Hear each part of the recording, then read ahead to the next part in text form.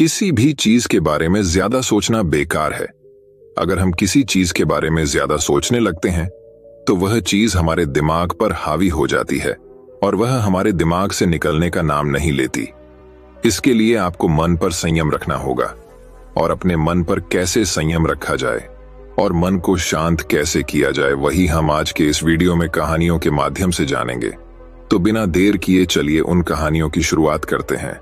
पहली कहानी, स्वयं पर विश्वास रखे। जीवन उतार और चढ़ाव से भरा हुआ है। जीवन में परिश्रम तो हर कोई करता है, लेकिन सफलता जरूरी नहीं कि हर एक व्यक्ति को मिल जाए। कुछ लोग निरंतर परिश्रम करते हैं, लेकिन जब उन्हें असफलता मिलने लगती है तो वह स्वयं पर विश्वास रखना छोड़ देते हैं और फिर उन्हें लगने लगता है कि अब तो उनके जीवन का कोई महत्व नहीं। दुनिया में कई ऐसे लोग हैं जो असफलता प्राप्त करने के बाद हार मान जाते हैं। जीवन में आने वाली तनिक क्षणों की मुश्किलों से घबरा जाते हैं। ऐसे समय में व्यक्ति को प्रेरणादायक कहानी की जरूरत पड़ती है, क्योंकि ऐसी कहानियां लोगों में आत्मविश्वास जगाती हैं और बताती हैं कि जीवन में सफलता प्राप्त करना आसान नहीं, लेकिन जो व्यक्ति स्वयं पर विश्वास रखता है, लगातार मेहनत करता है, धैर्य रखता है, एक दिन निश्चित ही वह सफल होता है। दुनिया भर में कई सारी प्रेरणादायक कहानियां मौजूद हैं जिससे आप प्रेरणा पा सकते हैं। ऐसी ही यह प्रेरणादायक कहानी है जिसे पढ़कर आपको स्वयं पर विश्वास होने लगेगा। एक बार एक व्यक्ति जीवन में अपनी असफलताओं से हताश होकर चुपचाप बैठा हुआ था। उसकी निराशा देख भगवान स्वयं उसके सामने प्रकट हुए। उस व्यक्ति ने भगवान से पूछा, मैंने अपने जीवन में बहुत कड़ी मेहनत की, लेकिन मुझे अब तक सफलता नहीं मिली। मैं लगातार असफलता प्राप्त करते जा रहा हूं। अब आप ही बताइए कि मेरे जीवन की क्या कीमत है। इस पर भगवान मुस्कुराए और मुस्कुराते हुए उसे एक लाल चमकदार छोटा सा पत्थर थमा दिया। व्यक्ति ने पूछा, इस पत्थर का मैं क्या करूं? ईश्वर ने कहा, तुम इस पत्थर को लेकर जाओ और बाजार में इसकी कीमत जानकर आओ। ध्यान रखना, इस पत्थर को बेचना नहीं है। ईश्वर के कहे अनुसार वह व्यक्ति उस लाल चमकदार पत्थर को लेकर बाजार में उसकी कीमत झांत करने निकल पड़ता है। सबसे पहले उसे राह पर एक संतरा बेचने वाला आदमी दिखता है। वह सबसे पहले उस आदमी के पास जाता है और पूछता है, भाई तुम इस लाल रंग के पत्थर का क्या कीमत दोगे? संतरे वाला पत्थर की सुंदर रंगों को देख कहता है, तुम इस पत्थर के बदले में मुझसे 5 से 6 संतरे ले जा सकते हो। व्यक्ति ने कहा कि मुझे तो इस पत्थर को बेचना नहीं है। ये कहकर वह आगे बढ़ जाता है।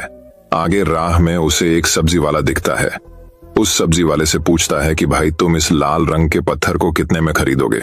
सब्जी वाला भी उस पत्थर की खूबसूरती से आकर्षित होकर कहता है कि तुम्हें इस पत्थर के बदले में मैं एक बोरा आलू दे सकता हूं। बताओ, बेचोगे इस पत्थर को? व्यक्ति कहता है, नहीं, मुझे इस पत्थर को नहीं बेचना है। अब वह व्यक्ति सीधे एक सोनार की दुकान पर चला जाता है। सोनार की दुकान में बहुत बेशकीमती खूबसूरत गहने पड़े हुए थे। वह व्यक्ति अब उस सोनार को पत्थर दिखाते हुए पूछता है कि इस पत्थर की कीमत क्या लगाओगे? सोनार बहुत ध्यान से उस पत्थर को देखता है। अंत में वह कहता है कि इस पत्थर के बदले में मैं तुम्हें 1 करोड़ रुपए दे सकता हूं।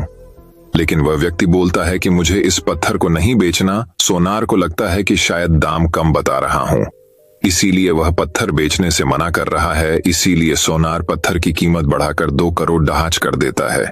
लेकिन वह व्यक्ति तब भी यही कहता है कि मैं इस पत्थर को तो बेच ही नहीं सकता। सोनार के दुकान से निकलकर वह व्यक्ति अब हीरे की दुकान में घुसता है, जहां पर बहुत बेशकीमती रत्न पड़े हुए थे। व्यक्ति हीरे के दुकानदार को पत्थर दिखाते हुए इसकी कीमत पूछता है। हीरे का व्यापारी लगभग 10 मिनट तक पत्थर को बहुत ही बारीकता से जांच करता है और अंत में वह एक मलमल के कपड़े पर उस पत्थर को रखकर उसके सामने अपना सिर टेक लेता है। व्यक्ति पूछता है कि इसकी कीमत कितनी है? तब हीरे का व्यापारी कहता है, अरे भाई, तुम्हें यह कहां से मिला? यह तो दुनिया का एक अनमोल रत्न है, जिसे तो दुनिया की पूरी दौलत लगा दो तब भी खरीदा नहीं जा सकता। यह सुन वह व्यक्ति बहुत अचंभित हो जाता है और वह सीधे ईश्वर के पास आता है और सारी घटना भगवान को बताता है। उसके बाद पूछता है कि ईश्वर, अब तो बताइए कि मेरे जीवन की कीमत क्या है? तब ईश्वर कहते हैं कि संतरे वाले, सब्जी वाले, सोनार वाले और हीरे वाले, सभी ने तो तुम्हें तुम्हारे जीवन की कीमत बता दी है। व्यक्ति कहता है, मैं समझा नहीं। तब ईश्वर उसे विस्तार पूर्वक समझाते हुए कहते हैं कि तुम किसी के लिए पत्थर के टुकड़े के समान हो तो किसी के लिए अनमोल रत्न। जिस तरह सबने अपनी अलग अलग जानकारी के हिसाब से इस पत्थर की कीमत बताई, लेकिन उस हीरे के व्यापारी ने इस पत्थर की असली पहचान कर ली। ठीक उसी तरह इस दुनिया में तुम कई लोगों के लिए एक मामूली इंसान हो, भले ही तुम में कितना भी हुनर क्यों ना हो, लेकिन वक्त के साथ यह हुनर जरूर निखर कर आता है। तुम्हें बस परिश्रम और धैर्य की जरूरत है। तो दोस्तों, इस कहानी से हमें यही सीख मिलती है कि हर मनुष्य को खुद पर विश्वास रखना चाहिए। यदि व्यक्ति को खुद पर विश्वास नहीं, तो उसके जीवन की कीमत कुछ भी नहीं, क्योंकि जिसे खुद पर विश्वास होता है और जो परिश्रम करता है, वह तो एक दिन हीरे के व्यापारी की तरह उसकी कीमत लोगों को समझ आने लगती है। तो दोस्तों, अब चलिए हमारे दूसरे कहानी की शुरुआत करते हैं।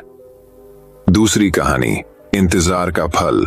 सब्र का फल मीठा होता है। आपने इस मुहावरे को जरूर सुना होगा। चलिए आज हम इस कहानी से जानते हैं कि इसका मतलब क्या होता है। इस कहानी में बताया गया है कि तारों को कैसे ईर्ष्या का भाव उत्पन्न होता है और श्री नारद मुनि उनको कैसे इस मुहावरे का अर्थ समझाते हैं। यह अत्यधिक सुंदर और प्रेरणादायक कहानी है। आप इसे पूरा जरूर सुने। जब सूरज अस्त हो रहा होता है, तब हल्की हल्की संध्या उत्पन्न होती है और चारों तरफ शांत वातावरण जैसा एक अंधेरा सा छा जाता है। सभी जीव जंतु, पशु पक्षी अपने निवास स्थान को जाने लगते हैं और हल्की हल्की हवा चलने लगती है। हम जब आसमान की ओर देखते हैं तो सूर्य अस्त होता रहता है। तभी आसमान में तारे टिमटिमाने लगते हैं। कुछ तारे अत्यधिक चमकीले होते हैं, परंतु कुछ कम चमकीले होते हैं। अधिक चमकीले वाले तारों पर हमारी नजर जल्दी पहुंचती है, परंतु कम चमकीले वाले तारों पर हमारी नजर बहुत कम ही जाती है। इसलिए हम उन पर ध्यान नहीं दे पाते और उनकी सुंदरता फीकी पड़ जाती है। परंतु उन सब में से एक ऐसा तारा होता है जो अधिक चमकीला होता है, जिसके आने से पूरा आसमान जगमगा जाता है। वह इतना सुंदर और चमकीला होता है कि उसके जगमगाते ही लोगों के चेहरे पर खुशी आ जाती है। उसे हम स्वाति नक्षत्र के नाम से जानते हैं। अत्यधिक चमकीला और सुंदर होता है, जिसके आने से लोग खुश हो जाते हैं। इसीलिए बाकी के नक्षत्र स्वाति नक्षत्र से ईर्ष्या करते हैं और अपनी इस ईर्ष्या की कथा को श्री नारद मुनि को बताते हैं। नारद मुनि उन सभी तारों को समझाते हुए कहते हैं कि देखो, जो भी सब्र करता है उनकी कीर्ति संसार में होती है, और मुझे प्रतीत होता है कि आप लोगों में धैर्य नहीं है। इसीलिए आप लोग संध्या काल में होते ही तुरंत जगमगाने लगते हैं।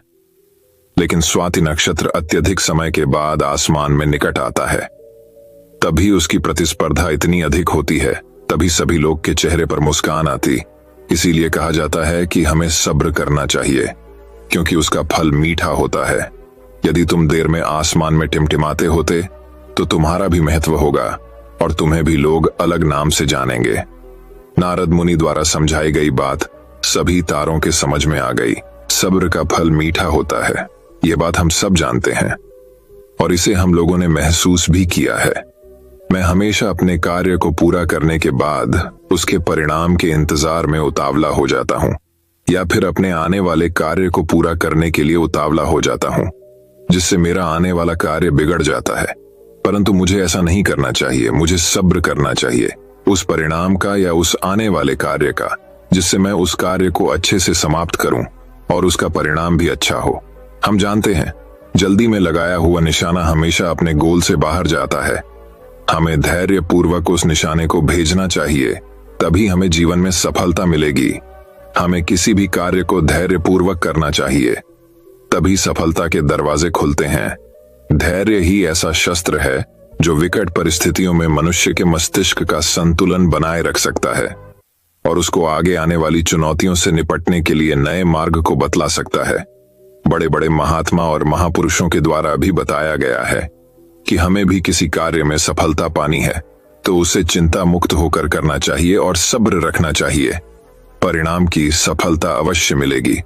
तो दोस्तों, अब चलिए हमारे तीसरी कहानी की शुरुआत करते हैं। तीसरी कहानी, टाइम मोटिवेशनल स्टोरी। हमारी जिंदगी छोटे छोटे समय के भागों में बटी हुई है। हमारी जिंदगी में कई दिन, कई घंटे, कई मिनट और कई सेकंड होते हैं, परंतु कुछ लोग इसी समय में उस मुकाम को हासिल कर जाते हैं। जिसकी उन्हें चाह होती है। वे समय का सदुपयोग करते हैं और अपने जीवन में सफल हो जाते हैं। एक गांव में एक गरीब आदमी रहता था। उसके घर में उसकी पत्नी और उसकी एक बेटी और एक छोटा बेटा था। उसकी पत्नी दूसरों के घर में काम करके अपने परिवार का खर्च चलाती थी। उसका पति, जिसका नाम रामू था, रामू दिन भर नशे में डूबा रहता था और दूसरों के साथ अपना समय बर्बाद किया करता था। कहीं इधर ताश के पत्ते खेलता दिखता था तो कहीं उधर लोगों के दरवाजे में बैठकर गपशप मारा करता था। अपने परिवार का ख्याल उसे बिल्कुल नहीं था। उसके माता पिता ने उसकी शादी कराकर गलती कर दी थी। बेचारी उसकी पत्नी दिन रात काम कर कर अपने बच्चों का पेट पालती थी। यदि उसकी पत्नी एक भी दिन काम पर न जाए तो उसके बच्चे भूखे रह जाते थे। इसीलिए उसकी पत्नी प्रत्येक दिन दूसरों के वहां काम करती थी। लेकिन रामू को इन सब बातों से कोई फर्क नहीं पड़ता था। उसे बस अपना समय बर्बाद करके हंसी मजाक और पत्ते खेलने में बहुत मजा आता था। शाम को शराब पीकर घर आकर जोर जोर से अपनी पत्नी को चिल्लाता था। कई बार उसने अपनी पत्नी को मारा भी, लेकिन अब उसकी पत्नी करें भी तो क्या, वह तो अपने बच्चों को छोड़कर नहीं जा सकती थी। रामू को जो कोई भी समझाता था कि रामू कुछ कार्य करा करो, पैसे कमाया करो, अपने परिवार का खर्च तो उठाओ, तुम्हारे 2 बच्चे हैं, तुम्हारी पत्नी है, उनकी देखभाल करो, ऐसे अपना समय क्यों बर्बाद करते हो। रामू उसके ऊपर बिगड़ जाता था और कहता, तुम्हें इससे लेना देना क्या, मैं कुछ भी करूं, यह मेरा जीवन है, मैं तुम्हारे घर में खाता हूं क्या। इसके कारण कोई भी गांव का सदस्य इससे इस विषय में बात ही नहीं करता था।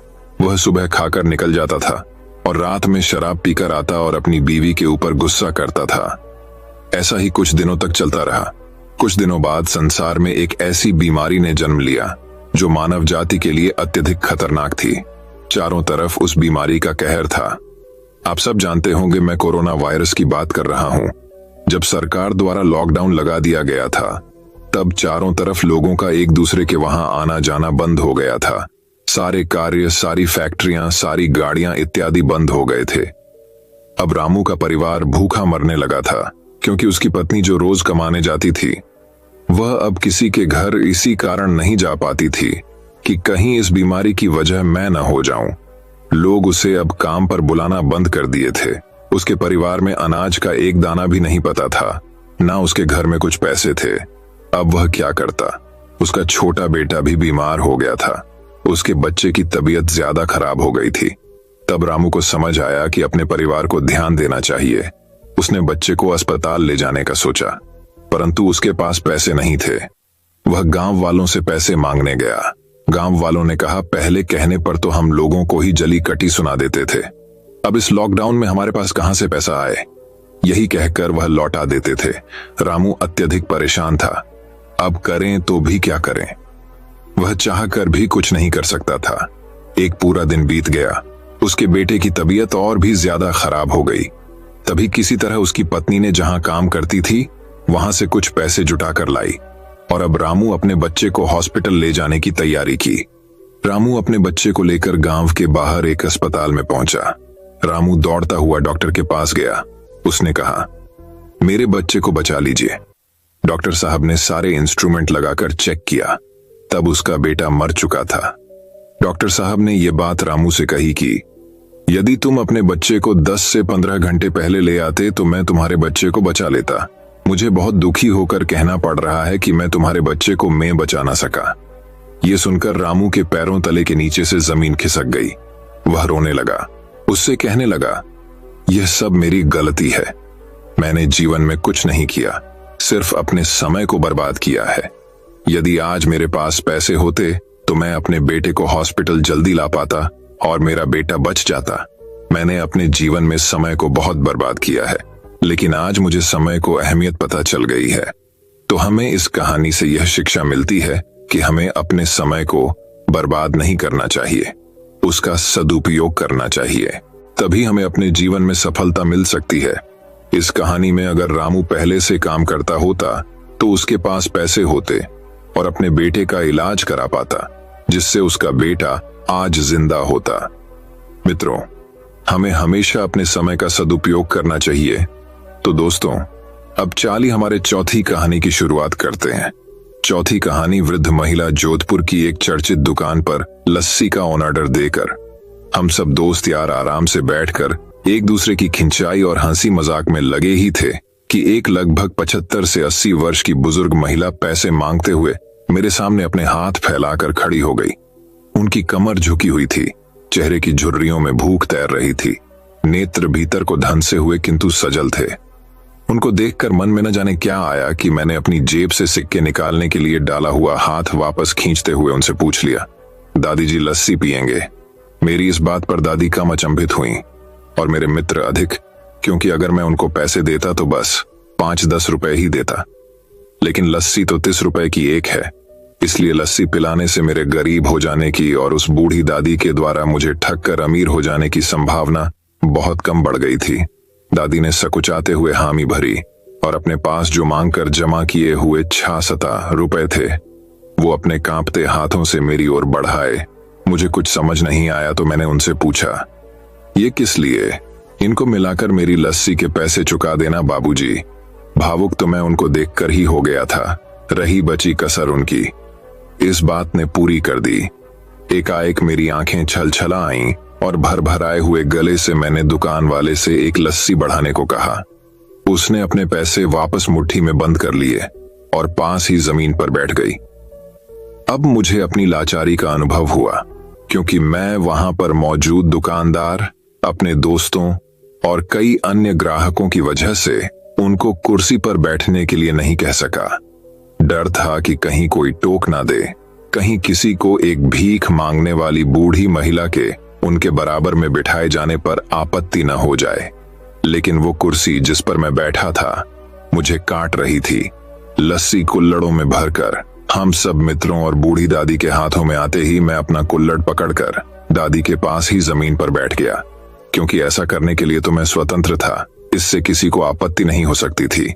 हाँ, मेरे दोस्तों ने मुझे एक पल को घूरा, लेकिन वो कुछ कहते उससे पहले ही दुकान के मालिक ने आगे बढ़कर दादी को उठाकर कुर्सी पर बैठा दिया और मेरी ओर मुस्कुराते हुए हाथ जोड़कर कहा, ऊपर बैठ जाइए साहब, मेरे यहाँ ग्राहक तो बहुत आते हैं, किंतु इंसान कभी कभार ही आता है। अब सबके हाथों में लस्सी के कुल्हड़ और होठों पर सहज मुस्कुराहट थी। बस एक वो दादी ही थी जिनकी आंखों में तृप्ति के आंसू, होठों पर मलाई के कुछ अंश और दिल में सैकड़ों दुआएं थी। न जाने क्यों जब कभी हमें 10 से 20 रुपए किसी भूखे गरीब को देने या उस पर खर्च करने होते हैं तो वो हमें बहुत ज्यादा लगते हैं। लेकिन सोचिए कि क्या वो चंद रुपए किसी के मन को तृप्त करने से अधिक कीमती है। जब कभी अवसर मिले ऐसे दयापूर्ण और करुणामय काम करते रहें, भले ही कोई आपका साथ दे या ना दे। तो दोस्तों, अब चलिए हमारे 5वीं कहानी की शुरुआत करते हैं। 5वीं कहानी, आप दूसरों को क्या दे रहे हैं? एक किसान हमेशा एक बेकरी वाले को 1 पौंड मक्खन बेचा करता था। वह किसान हमेशा सुबह के समय उस बेकरी वाले के पास आता और उसे 1 पौंड मक्खन दे जाता। एक बार बेकरी वाले ने सोचा कि वह हमेशा उस पर भरोसा करके मक्खन ले लेता है, क्यों ना आज मक्खन को तौला जाए, इससे उसको पता चल सके कि उसे पूरा मक्खन मिल रहा है या नहीं। जब बेकरी वाले ने मक्खन तौला तो मक्खन का वजन कुछ कम निकला। बेकरी वाले को गुस्सा आया और उसने उस किसान पर केस कर दिया। मामला अदालत तक पहुंच गया। उस किसान को जज के सामने पेश किया गया। जज ने उस किसान से प्रश्न करना शुरू किया। जज ने पूछा कि वह उस मक्खन को तौलने के लिए बाट का प्रयोग करता है क्या? किसान ने जवाब दिया, मेरे पास तौलने के लिए बाट तो नहीं है, फिर भी मक्खन तौल लेता हूं। जज हैरानी से पूछता है, बिना बाट के तुम मक्खन कैसे तौलते हो? इस जवाब किसान ने दिया कि वह लंबे समय से इस बेकरी वाले से 1 पौंड ब्रेड का लोफ खरीदता है। हमेशा ये बेकरी वाला उसे देकर जाता है और मैं उतने ही वजन का उसे मक्खन तौल कर दे आता हूं किसान का। यह जवाब सुनकर बेकरी वाला हक्का बक्का रह गया। शिक्षा, इस बेकरी वाले की तरह ही हम भी अपने जीवन में वो ही पाते हैं जो हम दूसरों के देते हैं। एक बार आप सोचिए, आप दूसरों को क्या दे रहे हैं? धोखा, दुख, ईमानदारी, झूठ या फिर वफा। तो दोस्तों, अब चलिए हमारे 6ठी कहानी की शुरुआत करते हैं। 6ठी कहानी, हर व्यक्ति का महत्व। एक बार एक विद्यालय में परीक्षा चल रही थी। सभी बच्चे अपनी तरफ से पूरी तैयारी करके आए थे। कक्षा का सबसे ज्यादा पढ़ने वाला और होशियार लड़का अपने पेपर की तैयारी को लेकर पूरी तरह से आश्वस्त था। उसको सभी प्रश्नों के उत्तर आते थे, लेकिन जब उसने अंतिम प्रश्न देखा तो वह चिंतित हो गया। सबसे अंतिम प्रश्न में पूछा गया था कि विद्यालय में ऐसा कौन व्यक्ति है जो हमेशा सबसे पहले आता है, वह जो भी है उसका नाम बताइए। परीक्षा दे रहे सभी बच्चों के ध्यान में एक महिला आ रही थी, वही महिला जो सबसे पहले स्कूल में आकर स्कूल की साफ सफाई करती। पतली, सांवले रंग की और लंबे कद की उस महिला की उम्र करीब 50 वर्ष के आसपास थी। ये चेहरा वहां परीक्षा दे रहे सभी बच्चों के आगे घूम रहा था, लेकिन उस महिला का नाम कोई नहीं जानता था। इस सवाल के जवाब के रूप में कुछ बच्चों ने उसका रंग रूप लिखा तो कुछ ने इस सवाल को ही छोड़ दिया। परीक्षा समाप्त हुई और सभी बच्चों ने अपने अध्यापक से सवाल किया कि इस महिला का हमारी पढ़ाई से क्या संबंध है। इस सवाल का अध्यापक जी ने बहुत ही सुंदर जवाब दिया। ये सवाल हमने इसलिए पूछा था कि आपको यह एहसास हो जाए कि आपके आसपास ऐसे कई लोग हैं जो महत्वपूर्ण कामों में लगे हुए हैं और आप उन्हें जानते तक नहीं। इसका मतलब आप जागरूक नहीं हैं। शिक्षा, हमारे आसपास की हर चीज व्यक्ति का विशेष महत्व होता है, वह खास होता है, किसी को भी नजरअंदाज नहीं करें। तो दोस्तों, अब चाले हमारे 7वीं कहानी की शुरुआत करते हैं। 7वीं कहानी, अपना हुनर कभी नहीं भूलें। एक बार एक राजा था, उसके राज्य में सभी अच्छे से चल रहा था। उस राजा ने अपने सैनिकों को बढ़ाने के लिए बहुत मेहनत की थी। तलवारबाजी, खेलकूद और शासन कला, ये गुण तो सभी राजाओं में होते ही है, लेकिन इस राजा को इसके अलावा एक और भी शौक था। वह था कालीन बुनना। ये गुण हर किसी राजाओं में नहीं मिलता। राजा के इस काम को बहुत पसंद किया जाता था, लेकिन इसके साथ ही यह भी कहा जाता था कि ये काम एक राजा के लायक का नहीं होता। एक बार की बात है जब वह राजा अपने सैनिकों के साथ जंगल में शिकार के लिए गया। वहां पर अचानक वह अपने सैनिकों से बिछड़ गया। राजा को अकेला देख वहां के डाकुओं ने उस पर हमला बोल दिया और उसे बंदी बना दिया। राजा के पास से कुछ नहीं मिलने के कारण डाकुओं ने राजा को मारने का निर्णय किया। इस पर राजा को एक युक्ति सूझी। राजा ने डाकुओं से कहा कि यदि तुम मुझे कालीन बुनने का सामान ला दो तो मैं तुम्हें इस राज्य के राजा से 100 सोने के सिक्के दिलवाऊंगा। इस पर डाकू मान गए। राजा को कालीन बुनने का सामान दिया गया। राजा ने कालीन बुनना शुरू किया। जब ये कालीन पूरा बुन दिया तो इसे राजभवन में भेजा गया। वहां पर रानी इस कालीन को देखकर राजा के काम को पहचान गई और उसमें लिखे राजा के संदेश को पढ़ लिया। राजभवन में आए डाकुओं को पकड़ लिया गया और राजा को जंगल से छुड़वाया गया। राजा के अपने हाथों के इस हुनर ने राजा की जान बचा ली। तो दोस्तों, अब चलिए हमारे 8वीं कहानी की शुरुआत करते हैं। 8वीं कहानी, जीवन का प्रशिक्षण। बाज पक्षी के बचपन की शुरुआत बहुत ही मुश्किल से होती है। बाज पक्षी को बचपन में ही ऐसी ट्रेनिंग दी जाती है जिससे वह अपने जीवन में बड़ी बड़ी मुश्किलों से भी आसानी से सामना कर पाते हैं। जब किसी भी पक्षी का बच्चा पैदा होता है तो वह कम से कम 1 महीने तक तो अपने माता पिता पर निर्भर रहता ही है। वह अपने खाने पीने से लेकर जब तक चलना नहीं सीख जाता तब तक वह अपने माता पिता की नजर में रहता है। लेकिन बाज पक्षियों में ऐसा नहीं होता है। बाज पक्षी सबसे उल्टा चलते हैं। जब एक बाज मादा अपने बच्चे को जन्म देती है तो उस समय से ही उसके बच्चे की ट्रेनिंग शुरू हो जाती है कि उसे अपने जीवन में कैसे संघर्ष करना है। पैदा होने के कुछ ही दिन बाद बाज के बच्चे का प्रशिक्षण शुरू हो जाता है। उसके प्रशिक्षण के पहले पड़ाव में मादा बाज अपने बच्चे को चलना सिखाती है। जब बच्चा भूखा होता है तो उसकी माँ खाना लाती है, जैसा कि सभी पक्षी करते हैं। लेकिन बाज सीधा अपने बच्चे को खाना नहीं देते। मादा बाज खाना लाकर अपने घोंसले से कुछ दूरी पर खड़ी रह जाती है और तब तक उसे खाना नहीं देती जब तक वह खुद चलकर उसके पास नहीं आ जाता। जब बाज के बच्चे को तेज भूख लगती है तो वह खाने के लिए अपनी माँ के पास जाता है। धीरे धीरे संघर्ष करके मुश्किल से चलकर अपनी माँ के पास पहुंचता है। उस समय उसे कई सारी मुश्किलों का भी सामना करना पड़ता है। उसे कई चोटें भी लगती है, लेकिन उसकी माँ उसे खाना तक नहीं देती जब तक वह खुद उसके पास चलकर नहीं आ जाता। उसकी माँ कठोर दिल रखकर सिर्फ उसके पास आने का इंतजार करती है, उसे कोई मदद नहीं करती है। जब वह चलना सीख जाता है तो दूसरा पड़ाव आता है। यह पड़ाव उसके लिए बहुत ही मुश्किल होता है। इसमें मादा बाज अपने बच्चे को अपने पंजों में पकड़कर उसे खुले आसमान में ले उड़ती है। अपने बच्चे को पंजों में दबाकर वह लगभग 12 से 14 किलोमीटर ऊपर तक ले जाती है और वहां से उसे छोड़ देती है। तब वह बच्चा नीचे गिरने लगता है और वह उसे देखती है। जब उसका बच्चा 1 या 15 किलोमीटर, तो बच्चे को डर लगने लगता है कि वह अब मर जाएगा और अपने पंख फड़फड़ाने लगता है। उड़ने की पूरी कोशिश करता है, फिर भी वह उड़ नहीं पाता। तो मादा बाज उसे झट से आकाश में ही पंजों में पकड़ लेती है और उसे जमीन पर गिरा देती है। ऐसा उसकी मां तब तक करती हैं जब तक वह पूरी तरह से उड़ना नहीं सीख जाता। इस प्रकार से एक बाज के बचपन की शुरुआत होती है और उसे इस कठिन प्रशिक्षण को करना पड़ता है। इस कठिन प्रशिक्षण से वह अपने जीवन में बहुत कुछ सीखता है। इसके कारण ही वह अपने से दुगुना वजनी का भी आसानी से शिकार कर सकता है और उसे आसमान में ले उड़ता है। इस प्रशिक्षण से वह मजबूत और शक्तिशाली हो जाता है। हमें बाज के इस प्रशिक्षण से जीवन में बड़ी सीख मिलती है। हर व्यक्ति, जानवर या पक्षी अपने बच्चों से बहुत प्यार करता है। इसका मतलब ये नहीं कि वह उसे अपने पर ही निर्भर रहने दें। उसे जिंदगी में मुश्किलों का सामना करना भी सिखाएं, जिसके कारण वह अपनी प्रतिभा दिखा सके और अपने एक बेहतर व्यक्तित्व कायम कर सके। हमेशा अपने बच्चों को ये ही सिखाए कि जिंदगी का दूसरा नाम ही संघर्ष है। अपने जीवन में यदि कुछ भी हासिल करना है तो संघर्ष करना ही पड़ेगा।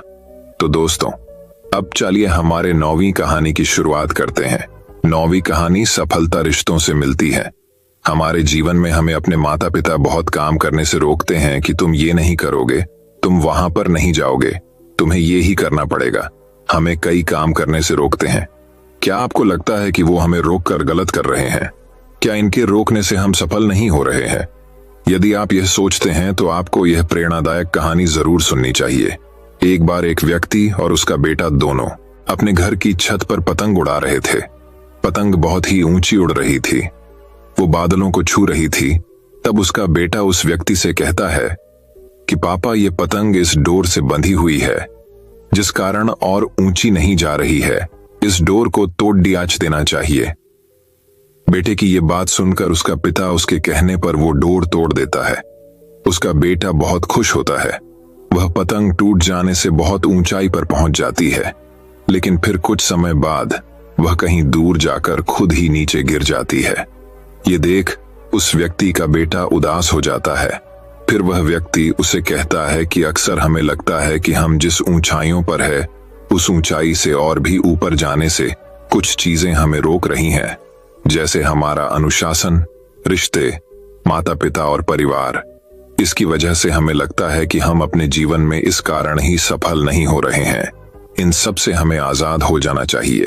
जैसा कि पतंग अपनी डोर से बंधे हुए रहती है और उस डोर की मदद से वह कई ऊंचाइयों को छू लेती है, उसी तरह हम भी अपने परिवार और रिश्तेदारों से बंधे हुए हैं। यदि हम इस धागे से जुड़े हुए रहेंगे तो कई ऊंचाइयों को छू लेंगे, लेकिन यदि हम इस धागे तो तोड़ देंगे तो ठीक इसी पतंग की तरह कुछ समय तक ही सफलता से उड़ पाएंगे, अंत में नीचे गिरकर ही रहेंगे। ये पतंग जब तक नई ऊंचाइयों को हासिल करेगी तब तक वह अपनी डोर से बंधी हुई है, लेकिन जब पतंग अपनी डोर से मुक्त हो जाती है तो वह कुछ समय में ही नीचे गिर जाती है। उसी प्रकार हमें भी अपने जीवन में रिश्तों की डोर से बंधे हुए रहना चाहिए, जिससे हम अपने जीवन में नई ऊंचाइयां हमेशा हासिल करते रहे। तो दोस्तों, अब चलिए हमारे 10वीं कहानी की शुरुआत करते हैं। 10वीं कहानी दोस्तों बात बहुत समय पहले की है। विशाल नगर राज्य का राजा शिकार करने का बहुत ही शौकीन था। एक दिन वह राजा अपने सरदार और कुछ सैनिकों के साथ शिकार के लिए जंगल की ओर निकला। वह काफी दूर तक शिकार की खोज में चले गए। ज्यादा दूर तक चलने से सभी को प्यास लगने लगी। सभी ने जंगल में पानी खोजना शुरू किया। फिर एक सैनिक को रास्ते पर एक कुआं दिखाई दिया। सैनिक ने राजा को यह बताया कि वहां पर एक कुआं है जहां से हम अपनी प्यास को शांत कर सकते हैं। राजा ने उस सैनिक को आदेश दिया कि वहां से उसके लिए पानी लाएं। सैनिक राजा के आदेश की पालना करते हुए उस कुएं के पास गया। वहां पर सैनिक ने देखा कि एक नेत्रहीन वृद्ध व्यक्ति रास्ते से जाने वाले लोगों की जल सेवा कर रहा है। सैनिक उस नेत्रहीन वृद्ध व्यक्ति के पास गया और बोला, "ऐ पनिहारे, एक लोटा पानी दे, हमें कहीं आगे जाना है।" ये सुनकर उस वृद्ध व्यक्ति ने जवाब दिया, यहां से चला जा मूर्ख, मैं ऐसे लोगों को पानी नहीं पिलाता। ये सुनकर सैनिक तुरंत वहां से चला गया। ये बात सैनिक ने राजा के सरदार को जाकर बताई। फिर सरदार उस नेत्रहीन वृद्ध व्यक्ति के पास गया और कहा, ऐ बूढ़े, हमें प्यास लगी है, एक लोटा पानी दे। ये सुनकर उसने नेत्रहीन वृद्ध व्यक्ति ने फिर पानी पिलाने से मना कर दिया। राजा की प्यास बढ़ती ही जा रही थी। राजा ने अपने सरदार से पानी के बारे में पूछा तो सरदार ने राजा से कहा कि उस कुएं पर एक नेत्रहीन व्यक्ति है जो पानी पीने से मना कर रहा है। ये सुनकर राजा अपने सैनिक और सरदार के साथ उस नेत्रहीन वृद्ध व्यक्ति के पास जाता है और उस वृद्ध व्यक्ति से कहता है, बाबा जी, हमें बहुत प्यास लगी है, गला सूखा जा रहा है। यदि आप थोड़ा पानी पिला देंगे तो आपकी बहुत बड़ी कृपा होगी। ये सुनकर उस नेत्रहीन व्यक्ति ने राजा से कहा, आप बैठिए, मैं आपको अभी जल पिलाता हूं। फिर उस वृद्ध व्यक्ति ने सम्मानपूर्वक राजा को बैठाया और पानी पिलाया। पानी पीने के बाद राजा ने उस वृद्ध व्यक्ति से पूछा कि आपको कैसे पता चला कि ये सैनिक वह सरदार है और राजा मैं हूं? तो इसका जवाब उस वृद्ध व्यक्ति ने बहुत ही अच्छे शब्दों में दिया। वृद्ध व्यक्ति ने कहा, इंसान की पहचान करने के लिए आंखों की जरूरत नहीं होती, उसकी वाणी ही उसकी असली पहचान होती है। ये सुनकर वहां पर मौजूद सरदार व उस सैनिक को शर्म महसूस हुई। दोस्तों, ये कहानी हमें ये शिक्षा प्रदान करती है कि यदि हमारे पास अच्छी वाणी और बोलने का तरीका होगा तो हम अपने जीवन में वो सब हासिल कर सकते हैं जो हम चाहते हैं। दोस्तों, मैं उम्मीद करता हूं कि ये कहानी सुनने से आपके जीवन में अच्छे बदलाव आए होंगे। आपको इस वीडियो से क्या सीखने मिला, ये कमेंट करके जरूर बताइए और अपने परिवार, दोस्तों या आपके करीबी इंसान के साथ ये कहानी शेयर करके उन्हें भी इस ज्ञान से परिचित करवाए।